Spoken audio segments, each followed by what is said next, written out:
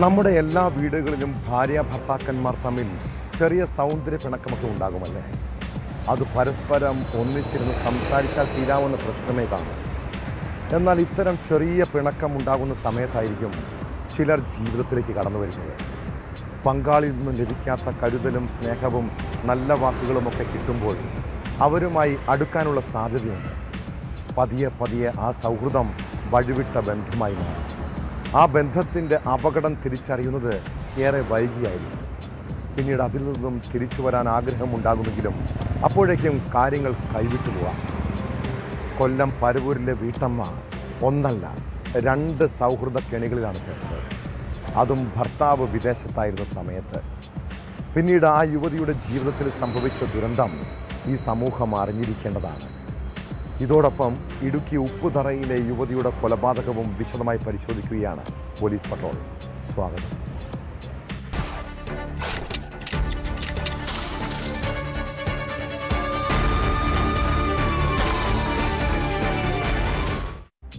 നമ്മുടെ നാട്ടിൽ ഭർതൃമതിയായ ഒരു യുവതി ദുരൂഹ സാഹചര്യത്തിൽ മരിച്ചാൽ ആദ്യം ആരെയാകും സംശയിക്കുക?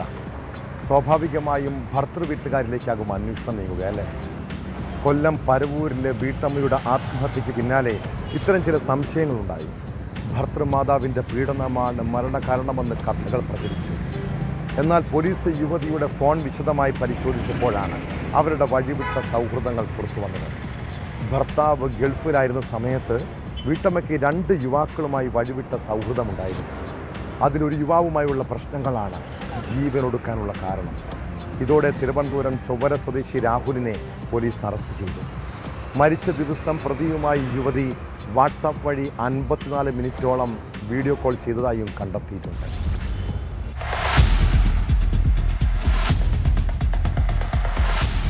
കഴിഞ്ഞ ഡിസംബർ 5-നാണ് വിവാഹിതയും 2 കുട്ടികളുടെ മാതാവുമായ യുവതിയെ ആത്മഹത്യ ചെയ്ത നിലയിൽ കണ്ടെത്തിയത്.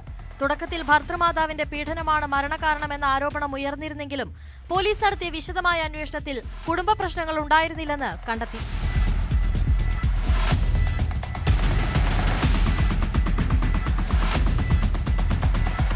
തുടർന്ന് യുവതിയുടെ മൊബൈൽ ഫോൺ രേഖകൾ പരിശോധിച്ചതിൽ പ്രതിയായ രാഹുൽ ഉൾപ്പെടെ 2 പേരുമായി യുവതിക്ക് അടുത്ത ബന്ധമുണ്ടായിരുന്നെന്ന് കണ്ടെത്തി. മരണം നടന്ന ദിവസം രാഹുലുമായി യുവതി വാട്സാപ്പ് വഴി 54 മിനിറ്റോളം വീഡിയോ കോൾ ചെയ്തതായും പോലീസ് വ്യക്തമാക്കി. വീഡിയോ കോളിനിടെ യുവതി പ്രതിയുമായുള്ള ബന്ധം അവസാനിപ്പിക്കുകയാണെന്നും ഇനി ബുദ്ധിമുട്ടിക്കരുതെന്നും അറിയിച്ചിരുന്നു. ഇതിൽ പ്രകോപിതനായ രാഹുൽ ബന്ധം യുവതിയുടെ ഭർത്താവിനെ അറിയിക്കുമെന്നും സ്വകാര്യ ചിത്രങ്ങൾ പ്രചരിപ്പിക്കുമെന്നും ഭീഷണിപ്പെടുത്തിയതായാണ് പോലീസ് കണ്ടെത്തൽ.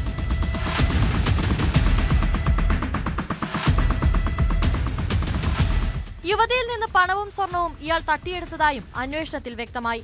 തുടർന്നുണ്ടായ മാനസിക സംഘർഷമാണ് യുവതി ആത്മഹത്യയിലേക്ക് നയിച്ചതെന്നാണ് പോലീസ് നിഗമനം. രാഹുലിന്റെ മൊബൈൽ ടവർ ലൊക്കേഷൻ പരിശോധിച്ചതിൽ ഇയാൾ വിഴിഞ്ഞം അടിമലത്തുറയിലുള്ളതായി കണ്ടെത്തി. ഇയാൾ കഞ്ചാവ് വിൽപ്പനയിലും ലഹരി ഉപയോഗത്തിലും ഏർപ്പെട്ടിരുന്നുവെന്നും പോലീസ് അറിയിച്ചു. വിഴിഞ്ഞം പോലീസിന്റെയും ഡാൻസാഫ് സംഘത്തിന്റെയും സഹായത്തോടെയാണ് പ്രതിയെ പിടികൂടിയത്. ആത്മഹത്യാ പ്രേരണാ കുറ്റം ചുമത്തി കേസെടുത്ത പ്രതിയെ വൈദ്യപരിശോധനയ്ക്ക് ശേഷം കോടതിയിൽ ഹാജരാക്കി റിമാൻഡ് ചെയ്തു.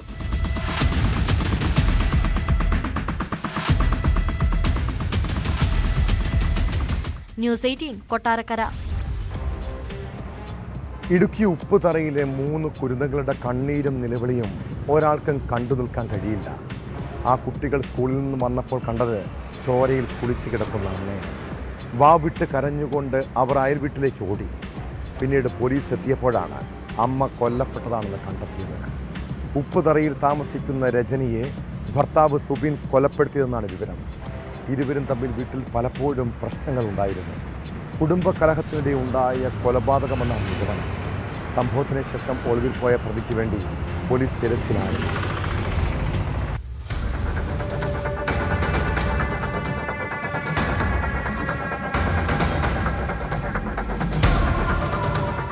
വീടിനുള്ളിലാണ് മൃതദേഹം കണ്ടെത്തിയത്.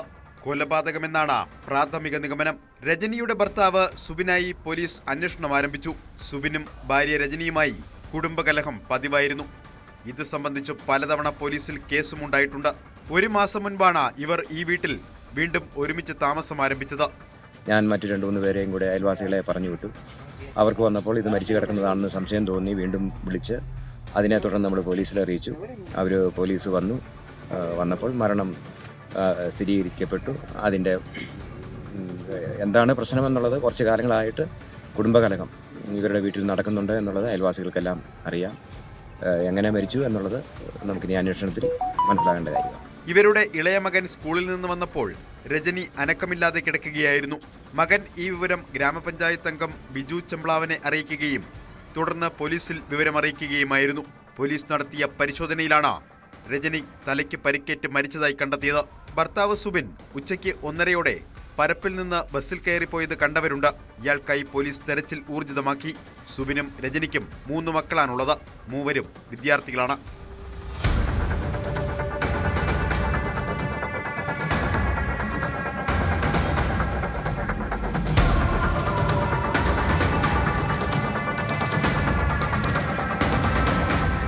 ന്യൂസ് 18 ഇടുക്കി. വിവാഹപ്രായമാകുമ്പോൾ പണ്ടൊക്കെ നാട്ടിലുള്ള ഏതെങ്കിലും ബ്രോക്കർമാരെയാകും കല്യാണാലോചനകൾക്കായി ആദ്യം നമ്മൾ സമീപിക്കുക. അവർ ചെക്കൻ്റെയും പെണ്ണിൻ്റെയും നാട്ടിലും വീട്ടിലുമൊക്കെ പോയി അന്വേഷിക്കും. അങ്ങനെ വിവരങ്ങൾ തിരക്കിയ ശേഷമേ വിവാഹത്തിലേക്ക് കടക്കൂ. എന്നാൽ സോഷ്യൽ മീഡിയ സജീവമായ കാലത്ത് മാട്രിമോണിയൽ വെബ്സൈറ്റ് വഴി പരസ്യം നൽകിയാണ് കല്യാണാലോചന നടക്കുന്നത്. എന്നാൽ ഇതിലെ ചതികൾ കൂടി മനസ്സിലാക്കണം. കൊല്ലം കൊട്ടാരക്കരയിൽ മുൻ വിവാഹം മറച്ചുവെച്ച് യുവതിയെ വിവാഹം കഴിച്ച് വഞ്ചിച്ച ഒരു സംഭവത്തിലേക്കാണ്. കേസിൽ മലപ്പുറം തിരൂർ സ്വദേശി ജിനേഷിനെ കൊട്ടാരക്കര പോലീസ് അറസ്റ്റ് ചെയ്തു.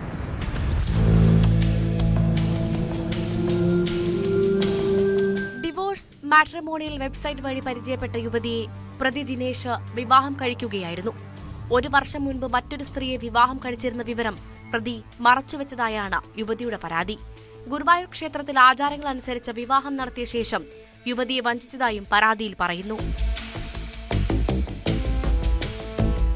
യുവതിയുടെ പരാതിയുടെ അടിസ്ഥാനത്തിൽ കൊട്ടാരക്കര പോലീസ് കേസെടുത്ത് അന്വേഷണം നടത്തിയാണ് പ്രതി ജിനേഷിനെ അറസ്റ്റ് ചെയ്തത്. കൊട്ടാരക്കര പോലീസ് ഇൻസ്പെക്ടർ ജയകൃഷ്ണന്റെ നിർദ്ദേശപ്രകാരം SI-മാരായ പങ്കജ് കൃഷ്ണ, ജയകുമാർ, സജീവ്, രേഖ, രേവതി എന്നിവരാണ് പ്രതിയെ അറസ്റ്റ് ചെയ്തത്.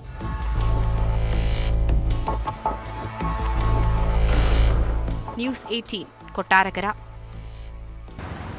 നമ്മുടെ പുതിയ തലമുറയ്ക്ക് ഇപ്പോൾ എന്താണ് സംഭവിക്കുന്നത്? നിസ്സാര പ്രശ്നങ്ങളുടെ പേരിൽ മനസ്സ് തകരുന്നു, ആത്മഹത്യയെക്കുറിച്ച് ചിന്തിക്കുന്നു. വീട്ടുകാരോ അധ്യാപകരോ വഴക്ക് പറഞ്ഞാലോ കൂട്ടുകാർ കളിയാക്കിയാലോ ജീവിതം അവസാനിപ്പിക്കുന്നതിനെക്കുറിച്ച് ആലോചിക്കുന്നു. കാസർഗോഡ് +1 വിദ്യാർത്ഥിനി ആത്മഹത്യ ചെയ്തത് സ്കൂളിൽ പോകാൻ താല്പര്യമില്ലാത്തതിൻ്റെ പേരിലാണ്. പുല്ലൂർ സ്വദേശിനി രൂപികയുടെ മരണത്തിൽ പോലീസ് അസ്വാഭാവിക മരണത്തിന് കേസെടുത്ത് അന്വേഷണം ആരംഭിച്ചിട്ടുണ്ട്. മംഗളൂരുവിൽ കാമുകരുമായുള്ള പ്രശ്നത്തെ തുടർന്നാണ് 20-കാരി പുഴയിൽ ചാടി ആത്മഹത്യ ചെയ്തത്.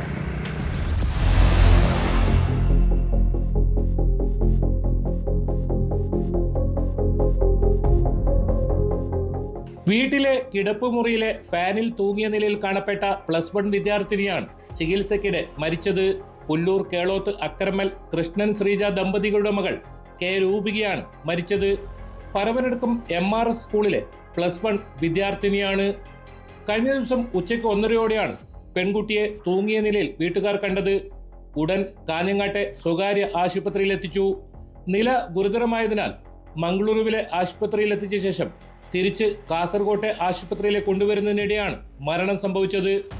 മോഡൽ റെസിഡൻഷ്യൽ സ്കൂളിൽ പഠനം നടത്താൻ താല്പര്യമില്ലെന്ന് പെൺകുട്ടി സഹപാഠികളോട് പറഞ്ഞിരുന്നു.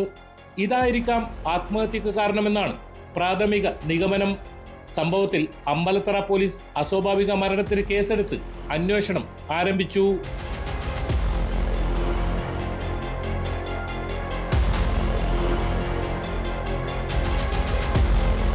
മംഗളൂരുവിൽ കാമുകൻ വിവാഹ വാഗ്ദാനത്തിൽ നിന്ന് പിന്മാറിയതിനെ തുടർന്ന് മനംനൊന്താണ് 20-കാരി പുഴയിൽ ചാടി ആത്മഹത്യ ചെയ്തത്.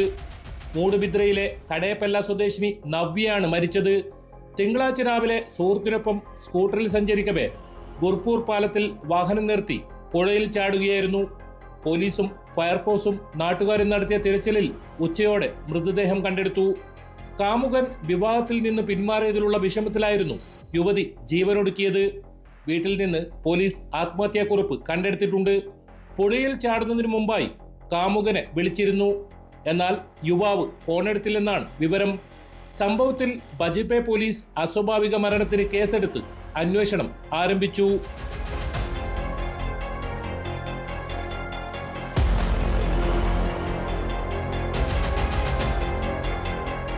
ന്യൂസ് 18 കാസർഗോഡ്.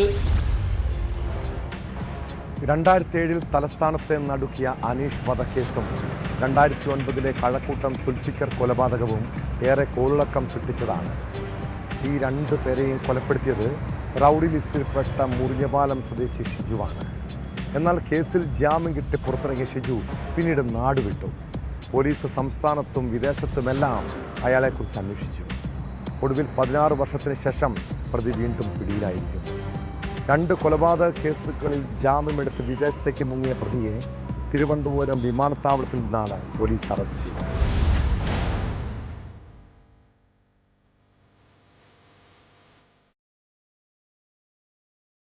തിരുവനന്തപുരം മുറിഞ്ഞപാലം സ്വദേശിയും മെഡിക്കൽ കോളേജ് പോലീസ് സ്റ്റേഷനിലെ റൌഡി ലിസ്റ്റിൽപ്പെട്ടയാളുമായ ഷിജുവിനെയാണ് പോലീസ് പിടികൂടിയത്. 2 കൊലപാതക കേസിൽ ജയിലിൽ കിടന്നതിന് ശേഷം ജാമ്യമെടുത്ത് ഇയാൾ കുവൈറ്റിലേക്ക് മുങ്ങുകയായിരുന്നു. രാവിലെ തിരുവനന്തപുരം വിമാനത്താവളത്തിൽ വന്നിറങ്ങുമ്പോഴാണ് പ്രതി പിടിയിലായത്. ഷിജുവിനെ കഴക്കൂട്ടം പോലീസിന് കൈമാറി.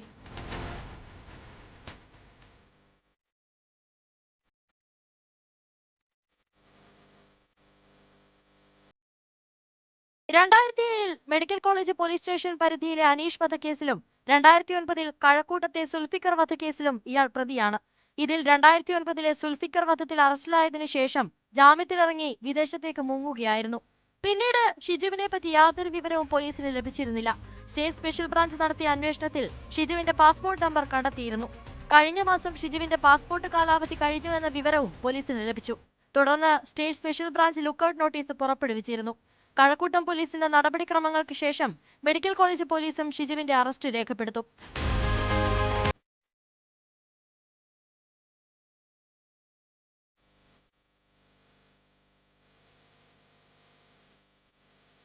ന്യൂസ് 18 തിരുവനന്തപുരം. കുട്ടികൾക്ക് നല്ല പാഠങ്ങൾ പകർന്നു നൽകേണ്ട അധ്യാപകർ ഒരു സമൂഹത്തിൽ വെളിച്ചം പകരേണ്ടതുണ്ട്. എന്നാൽ പാലക്കാട് മലമ്പുഴയിലെ അധ്യാപകനായ അനിൽ ഒരു വിദ്യാർത്ഥിയുടെ ജീവിതമാണ് ഇരുട്ടിലാക്കിയത്. വിദ്യാർത്ഥിയെ മദ്യം നൽകി പീഡിപ്പിച്ച കേസിൽ അധ്യാപകനെ സസ്പെൻഡ് ചെയ്തു. AUയുടെ റിപ്പോർട്ടിൻ്റെ അടിസ്ഥാനത്തിലാണ് നടപടി. സ്കൂൾ മാനേജരെ അയോഗ്യനാക്കണമെന്നും വിദ്യാഭ്യാസ ഉപഡയറക്ടർക്ക് അയച്ച റിപ്പോർട്ടിൽ ശുപാർശ ചെയ്യുന്നു. വിഷയം അറിഞ്ഞിട്ടും മറച്ചുവെച്ചെന്ന കാരണം ചൂണ്ടിക്കാട്ടിയാണ് മാനേജർക്കെതിരെ നടപടിക്ക് ശുപാർശ. സ്കൂളിലെ പ്രധാന അധ്യാപിക, ക്ലാസ് ടീച്ചർ എന്നിവർക്കും വിദ്യാഭ്യാസ വകുപ്പ് നോട്ടീസ് അയച്ചിട്ടുണ്ട്.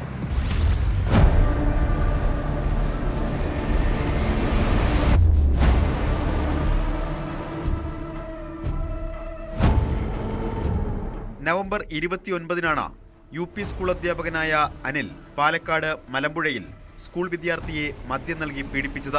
സ്പെഷ്യൽ ബ്രാഞ്ചിന് ലഭിച്ച രഹസ്യ വിവരത്തെ തുടർന്ന് നടത്തിയ അന്വേഷണത്തിലാണ് അധ്യാപകൻ പിടിയിലായത്. പീഡന വിവരം അറിഞ്ഞിട്ടും സ്കൂൾ അധികൃതർ ദിവസങ്ങളോളം വിവരം മറച്ചുവെച്ചു എന്നും പോലീസ് അന്വേഷിച്ചെത്തിയപ്പോഴാണ് ചൈൽഡ് ലൈനിൽ സ്കൂൾ പരാതി നൽകിയതെന്നുമാണ് സ്പെഷ്യൽ ബ്രാഞ്ച് റിപ്പോർട്ടിലുള്ളത്. ഡിസംബർ 18 വിദ്യാർത്ഥി സഹപാഠിയോട് പീഡന വിവരം തുറന്നു പറഞ്ഞത്. ആ ദിവസം തന്നെ സ്കൂൾ അധ്യാപകർ വിവരമറിഞ്ഞിരുന്നു. തുടർന്ന് 19 അധ്യാപകനെതിരെ മാനേജ്മെന്റ് നടപടിയെടുക്കുകയും ചെയ്തു. എന്നാൽ സംഭവം പോലീസിലോ ബന്ധപ്പെട്ട അധികൃതരെയോ അറിയിക്കാൻ വൈകിയെന്നാണ് സ്പെഷ്യൽ ബ്രാഞ്ച് റിപ്പോർട്ടിൽ പറയുന്നത്. റിപ്പോർട്ടിന് പിന്നാലെയാണ് അധ്യാപകൻ അനിലിനെ സസ്പെൻഡ് ചെയ്തത്. സ്കൂൾ മാനേജരെ അയോഗ്യനാക്കണമെന്നും AEO വിദ്യാഭ്യാസ ഉപഡയറക്ടർക്ക് ശുപാർശ നൽകി. വിഷയമറിഞ്ഞിട്ടും മറച്ചുവെച്ചു എന്ന കാരണം ചൂണ്ടിക്കാട്ടിയാണ് മാനേജർക്കെതിരെ നടപടിക്ക് ശുപാർശ നൽകിയത്. സ്കൂളിലെ പ്രധാനാധ്യാപിക, ക്ലാസ് ടീച്ചർ എന്നിവർക്കും വിദ്യാഭ്യാസ വകുപ്പ് നോട്ടീസ് നൽകി. 3 ദിവസത്തിനകം വിശദീകരണം നൽകാനാണ് നിർദ്ദേശം. സമയബന്ധിതമായി മറുപടി നൽകിയില്ലെങ്കിൽ വകുപ്പ് തല നടപടി സ്വീകരിക്കുമെന്നും നോട്ടീസിൽ വ്യക്തമാക്കുന്നു.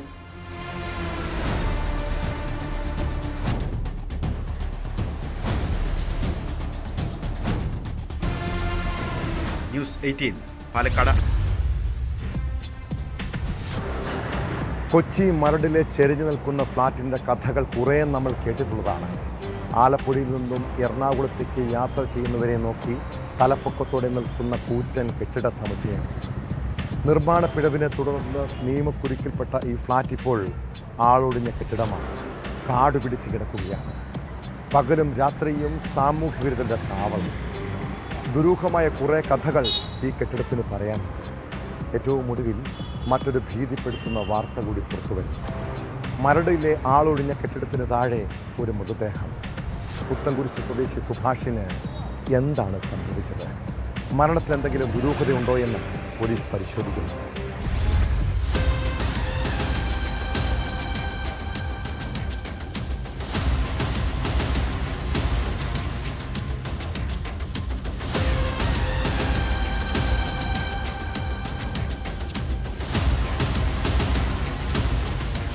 കൊച്ചി മരടിലെ ആളൊഴിഞ്ഞ കെട്ടിടത്തിൽ നിന്ന് വീണ നിലയിലാണ് മധ്യവയസ്കന്റെ മൃതദേഹം കണ്ടെത്തിയത്.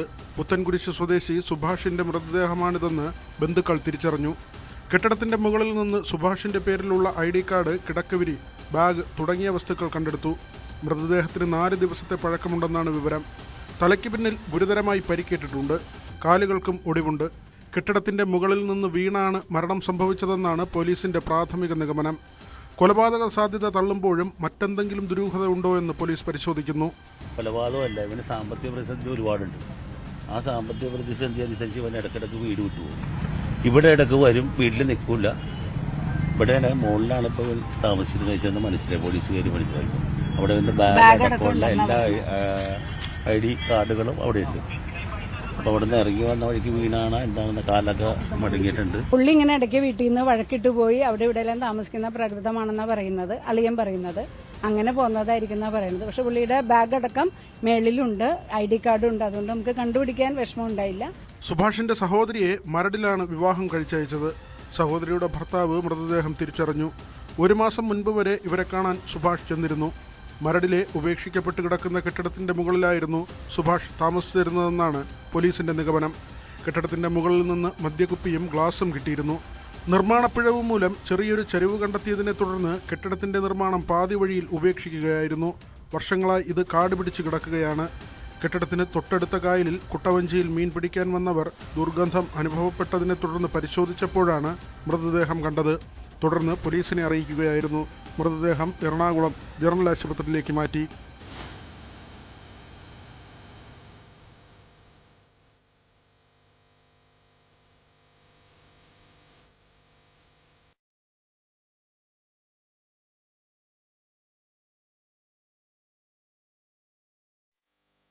ന്യൂസ് 18 കൊച്ചി. വൃദ്ധ മാതാപിതാക്കൾ തനിച്ച് താമസിക്കുന്ന പല വീടുകളിലും എന്താവശ്യത്തിനും അവർ വിളിക്കുന്നത് ഓട്ടോ ഡ്രൈവർമാരെയാണ്. ആശുപത്രിയിൽ കൊണ്ടുപോകാനും മാർക്കറ്റിൽ നിന്ന് സാധനങ്ങൾ വാങ്ങാനുമൊക്കെ സന്നദ്ധരായി നിൽക്കുന്ന നല്ലവരായ കുറച്ച് ഓട്ടോ തൊഴിലാളികളുണ്ട്. മലപ്പുറം വണ്ടൂരിലെ ജിജേഷും ഇങ്ങനെ വലിയ ഉപകാരിയായിരുന്നു.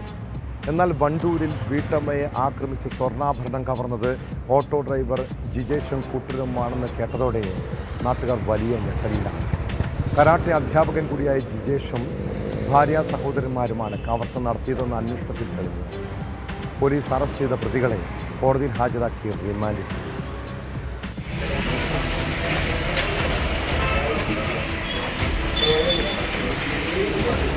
വണ്ടൂർ അമ്പലപ്പടി സ്വദേശി പാലാമ്പറമ്പത്ത് നിധിൻ, സഹോദരൻ നിഖിൽ, ഇവരുടെ സഹോദരി ഭർത്താവും കവർച്ചയുടെ സൂത്രധാരനുമായ അമ്പലപ്പടി സ്വദേശി പടിഞ്ഞാറേ മണ്ടാവിൽ ജിജേഷ് എന്നിവരെയാണ് വണ്ടൂർ CI സംഗീത് പുനത്തിന്റെ നേതൃത്വത്തിലുള്ള പ്രത്യേക അന്വേഷണ സംഘം പിടികൂടിയത്.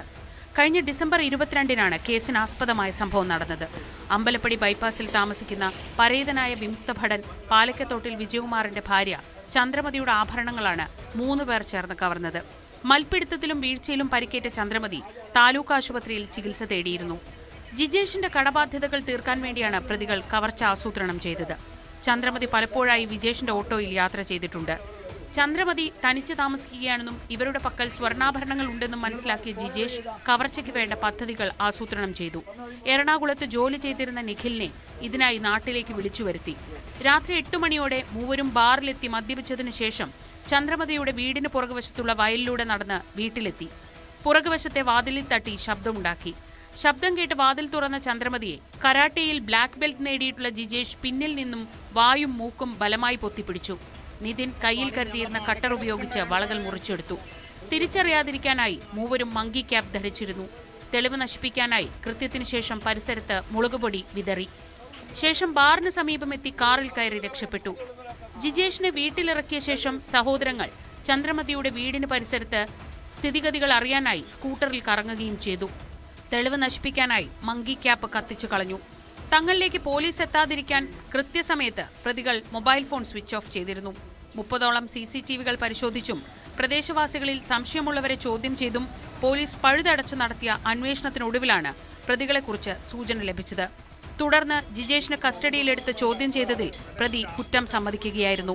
ആ ഭാഗത്ത് ഉള്ള സംശയമുള്ള ആളുകളെ നമ്മൾ വെരിഫൈ ചെയ്തതിന് ശേഷം ഒരു 3 പേരെ നമ്മൾ ഫിൽട്ടർ ചെയ്തെടുത്തതാണ്. അവരുടെ CDRകളും മറ്റ് അവരുടെ സാന്നിധ്യവും ഒക്കെ പരിശോധിച്ചപ്പോൾ പോലീസിന് ഇവർക്ക് ഇതിൽ ബന്ധമുണ്ട് എന്ന് മനസ്സിലായി. അതിനുശേഷം ഇവരെ വിശദമായി ചോദ്യം ചെയ്തപ്പോൾ ഇവർ ഈ വള മോഷ്ടിച്ച കാര്യത്തെക്കുറിച്ച് കൺഫസ് ചെയ്യുകയാണുണ്ടായത്. അതിനുശേഷം ആദ്യം ജിജേഷ് എന്ന് പറയുന്ന വ്യക്തിയും അതിനുശേഷം അവരുടെ 2 കൂട്ടാളികളുണ്ട് എന്ന് പറഞ്ഞതനുസരിച്ച് മറ്റൊരാളെയും നമ്മൾ അറസ്റ്റ് ചെയ്തു. തുടർന്ന് എറണാകുളത്ത് പോയിട്ട് അതിൻ്റെ 3ാമത്തെ പ്രതിയെയും തൊണ്ടി മുതലായ വളയും നമുക്ക് വീണ്ടെടുക്കാൻ സാധിച്ചിട്ടുണ്ട്.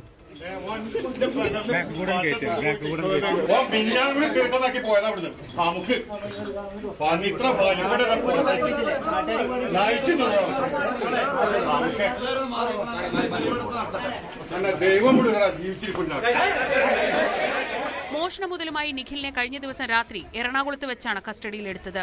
പ്രതികളെ സംഭവ സ്ഥലത്തെത്തിച്ച് തെളിവെടുപ്പ് നടത്തി.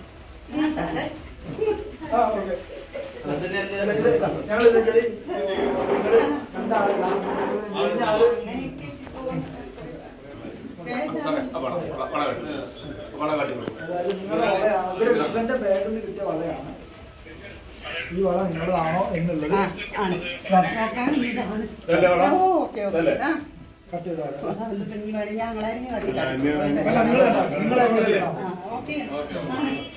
SI-മാരായ O Vasudevan, VK Pradeep, senior CPO-മാരായ മുഹമ്മദ് ഷിഫിൻ, K റിയാസ്, മഹേഷ്, സജീഷ്, സ്ക്വാഡ് അംഗങ്ങളായ Sunil Mambad, Ashif Ali, Jio Jacob, Sajeesh K, Krishnadas, Sabir Ali, Sajesh CK, T Nibin Das, Abhilash Kaippini എന്നിവരും അന്വേഷണ സംഘത്തിലുണ്ടായിരുന്നു.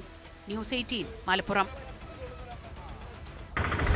രാഹുൽ മാങ്കൂട്ടത്തിൽ ഒരു പെൺകുട്ടിയുടെ ജീവിതം മാത്രമല്ല തകർത്തത്, ആ കുടുംബം കൂടിയാണ്. ഇവിടെ ഇര ഒരാൾ മാത്രമല്ല, യുവതിയുടെ ഭർത്താവും യഥാർത്ഥത്തിൽ ഒരു ഇരയല്ലേ. അയാൾക്കും നീതി കിട്ടേണ്ടത്. തൻ്റെ കുടുംബജീവിതം തകർത്ത രാഹുൽ മാങ്കൂട്ടത്തിനെതിരെ പരാതി നൽകിയിട്ടും നടപടി ഉണ്ടായില്ലെന്നാണ് യുവതിയുടെ ഭർത്താവിൻ്റെ പരാതി. കേരളത്തിലെ ഒരു MLA ആണ് കുടുംബം തകർത്തത്. തൻ്റെ കുടുംബജീവിതം തകർത്തെന്ന് ചൂണ്ടിക്കാട്ടി മുഖ്യമന്ത്രിക്കും DGPക്കും യുവാവ് കഴിഞ്ഞ ദിവസം പരാതി നൽകി.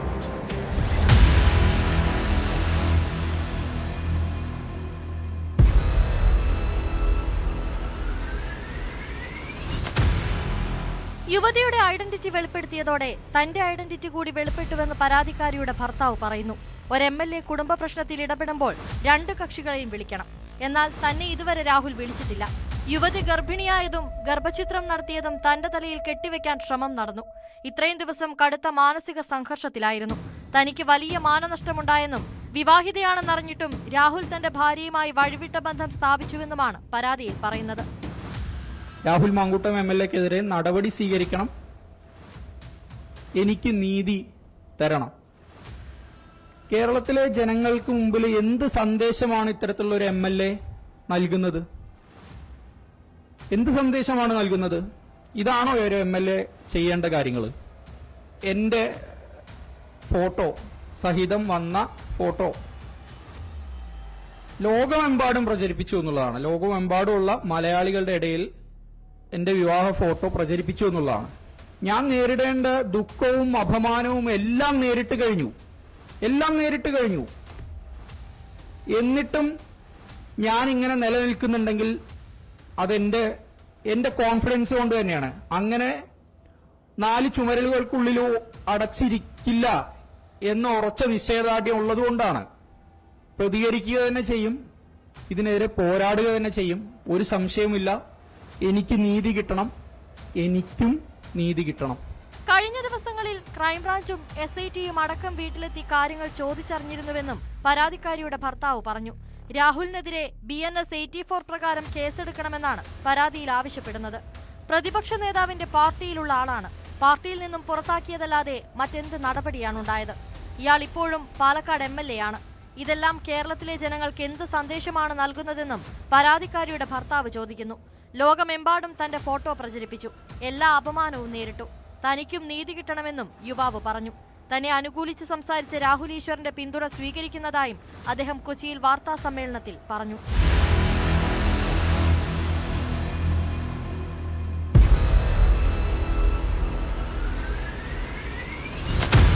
ന്യൂസ് 18 കൊച്ചി.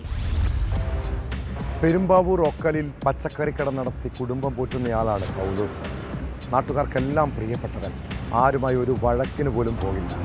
എന്നാൽ ഒരു കൂട്ടം സാമൂഹ്യ വിരുദ്ധരുടെ ക്രൂരത പൗലോസിന്റെ വരുമാന മാർഗമാണ് ഇല്ലാതാക്കിയത്. കഴിഞ്ഞ രാത്രിയിൽ പൗലോസിന്റെ പച്ചക്കറിക്കട പെട്രോൾ ഒഴിച്ച് തീ വെച്ച് നശിപ്പിച്ചു. കടയിൽ നിന്ന് പുക ഉയരുന്നത് കണ്ട് സമീപത്തെ ഓട്ടോ തൊഴിലാളികൾ ഓടിക്കൂടിയെങ്കിലും കട പൂർണ്ണമായും കത്തി നശിച്ചിരുന്നു. കട ഉടമയുടെ പരാതിയിൽ പെരുമ്പാവൂർ പോലീസ് കേസെടുത്ത് അന്വേഷണം ആരംഭിച്ചു.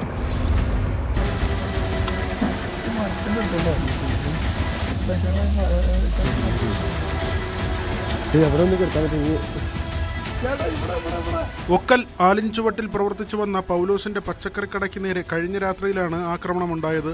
സാമൂഹ്യവിരുദ്ധരുടെ ആക്രമണത്തിൽ കട പൂർണ്ണമായും കത്തിനശിച്ചു. ഇവിടെ ഉണ്ടായിരുന്ന പച്ചക്കറി, പലചരക്കുൽപ്പന്നങ്ങൾ, ഇവ സൂക്ഷിച്ചിരുന്ന ട്രേകൾ എന്നിവയും അഗ്നിക്കിരയായി. പൗലോസിന്റെ ജീവിതമാർഗമാണ് ഇതോടെ ഇല്ലാതായത്. കടയോട് ചേർന്ന് ഹരിതകർമ്മസേന ചാക്കുകെട്ടുകളിൽ ശേഖരിച്ചു വച്ചിരുന്ന വസ്തുക്കൾക്കും തീപിടിച്ചു. നാട്ടുകാരുമായി യാതൊരു പ്രശ്നവുമില്ലാത്ത പൗലോസിന് ശത്രുക്കളില്ല. പുലർച്ചെ 2 മണിയോടെ കടയിൽ നിന്ന് തീയും പുകയും ഉയരുന്നത് സമീപത്തെ സ്റ്റാൻഡിലെ ഓട്ടോറിക്ഷക്കാരാണ് കണ്ടത്. ഉടൻ തന്നെ വീട്ടുകാർ വിവരമറിയിച്ചു. എല്ലാവരും ചേർന്ന് തീ അണയ്ക്കാൻ ശ്രമം നടത്തിയെങ്കിലും കട പൂർണ്ണമായും കത്തി നശിച്ചു.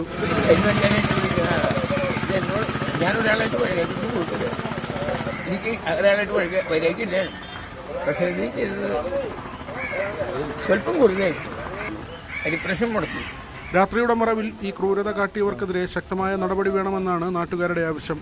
യാതൊരു പ്രശ്നങ്ങളുമില്ലാത്ത ഒക്കൽ മേഖലയിൽ ഇതുപോലൊരു സംഭവം വലിയ ഭയത്തോടെയാണ് നാട്ടുകാർ കാണുന്നത്. നമ്മുടെ നാടിനെ സംബന്ധിച്ചിടത്തോളം അന്നത്തെ ആഹാരത്തിന് വേണ്ടി കഷ്ടപ്പെടുന്ന നിരവധി ആളുകളുണ്ട്. ഈ പൗലോസാനെ സംബന്ധിച്ചിടത്തോളം ഒരു 2 വർഷമായിട്ട് ഇവിടെ ഈ ചെറിയ കച്ചവടമായിട്ട് ജീവിക്കുന്ന ഒരാളാണ്. തിരിച്ചും വളരെയേറെ വേദനാജനകമാണ്. കാരണം ഇത് കണ്ടു കഴിയുമ്പോൾ ഇത് മുമ്പ് നോക്കുമ്പോൾ തന്നെ കാണാൻ പറ്റും, ആ ഒരു കടേനെ മൊത്തമായിട്ട് കത്തിച്ചു കളയുന്ന ഒരു സ്ഥിതിയിലാണ് നമുക്ക് കാണാൻ പറ്റുന്നത്. വളരെയേറെ വിഷമമുണ്ട്. കാരണം ഒരാളുടെ ഒരു ജീവിതമാർഗത്തെ മനഃപൂർവ്വം ആയ രീതിയിൽ ചെയ്തതിന് തുല്യമാണ് ഈ സ്ഥിതിയിൽ കാണുന്നത്. വളരെയേറെ കാലങ്ങളായിട്ട് പുള്ളി ഈ ചെറിയ കച്ചവടം നടത്തി അന്നത്തെ ആഹാരത്തിന് വേണ്ടി ജീവിക്കുന്ന ഈ മനുഷ്യൻ്റെ ഈ കട കത്തിച്ചതിൽ വളരെയധികം പ്രതിഷേധാർഹമാണ്. ഞങ്ങൾക്കതിന് എല്ലാവർക്കും വിഷമമുണ്ട്. അത് മാത്രമല്ല, സാമൂഹ്യ വിരുദ്ധർക്കെതിരെ ഉടനെ നടപടിയെടുക്കണം എന്ന് തന്നെയാണ് ഞങ്ങളുടെ അഭിപ്രായം. ഉടമയുടെ പരാതിയുടെ അടിസ്ഥാനത്തിൽ പെരുമ്പാവൂർ പോലീസ് അന്വേഷണം ആരംഭിച്ചു.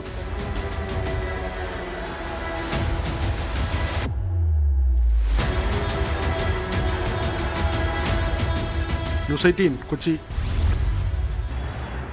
പാലക്കാട് ഒറ്റപ്പാലം കണ്ണിയംപുറത്ത് മോഷണ പരമ്പര. 2 വ്യാപാര സ്ഥാപനങ്ങളിൽ, 2 ക്ഷേത്രങ്ങളിലും 4ഓളം വീടുകളിലുമാണ് മോഷണവും മോഷണശ്രമവും ഉണ്ടായത്. ബൈക്കിലെത്തിയ 2 അംഗ സംഘമാണ് മോഷണത്തിന് പിന്നിലെന്നാണ് വിവരം. CCTV ദൃശ്യങ്ങൾ കേന്ദ്രീകരിച്ച് പ്രതികൾക്കായി ഒറ്റപ്പാലം പോലീസ് അന്വേഷണം ഊർജിതമാക്കി.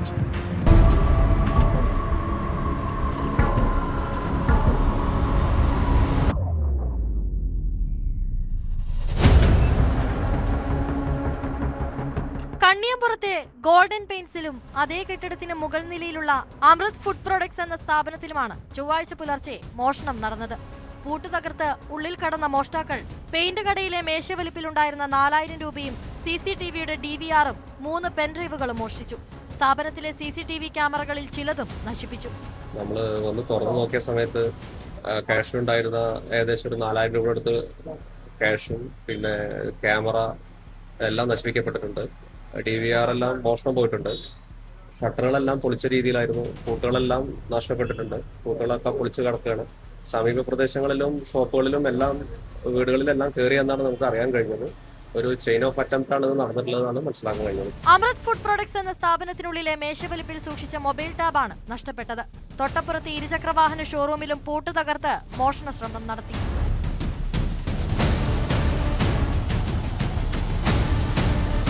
പ്രദേശത്തെ 2 ക്ഷേത്രങ്ങളിൽ ഭണ്ഡാരങ്ങൾ കുത്തിത്തുറന്ന് പണം കവർന്നിട്ടുണ്ട്. കണ്ണിയംപുറം തെരുവിലെ വീടുകൾക്കുള്ളിൽ കയറാൻ ശ്രമിച്ചെങ്കിലും വിലപിടിപ്പുള്ള ഒന്നും നഷ്ടപ്പെട്ടിട്ടില്ല. കള്ളം കയറാൻ ശ്രമം നടത്തിയിട്ടുണ്ട്. അപ്പുറത്തെ വീട്ടിലത്തെ കോണി എടുത്തിട്ടാണ് ഇങ്ങോട്ട് വന്നിരിക്കുന്നത്. പിന്നെ അവരുടെ വീട്ടിലേക്കും ഞങ്ങളുടെ വീട്ടിൽ നിന്ന് ചെറിയൊരു കോണിയുണ്ട്, അതെടുത്തിട്ട് അങ്ങോട്ടും കയറാൻ ശ്രമിച്ചിരിക്കണം. പിന്നെ അതവിടെ അമ്പലത്തിലൊക്കെ കയറിയെന്ന് പറഞ്ഞു, അവിടെയും കയറാൻ ശ്രമിച്ചിരുന്നു. ഞങ്ങള് സൗണ്ട് കേട്ടിട്ടുണ്ടായിരുന്നു. പിന്നെ അവിടെ അനിയൻ വന്നിട്ട് ലൈറ്റ് ഒക്കെ ഇട്ട് നോക്കുമ്പോഴേക്കും ആളെ കണ്ടിട്ടുണ്ടായിരുന്നില്ല. ഒന്നും നഷ്ടപ്പെട്ടിട്ടില്ല? ഇല്ല, നഷ്ടപ്പെട്ടിട്ടൊന്നുമില്ല. അത് അലുമിനിയം ഡോറായിരുന്നു. അതൊക്കെ ഒന്ന് തുറന്നിരിക്കണു രാവിലെ എണീച്ചപ്പോ. പിന്നെ ഇവിടെ കോണി കിടക്കണ്ടായിരുന്നു രാവിലെ. ബൈക്കിലെത്തിയ 2 പേരടങ്ങിയ സംഘമാണ് മോഷണത്തിന്റെ പിന്നിലുള്ളതെന്നാണ് CCTV ദൃശ്യങ്ങൾ വ്യക്തമാക്കുന്നത്. പ്രതികൾക്കായുള്ള അന്വേഷണം ഒറ്റപ്പാലം പോലീസ് ഊർജിതമാക്കി.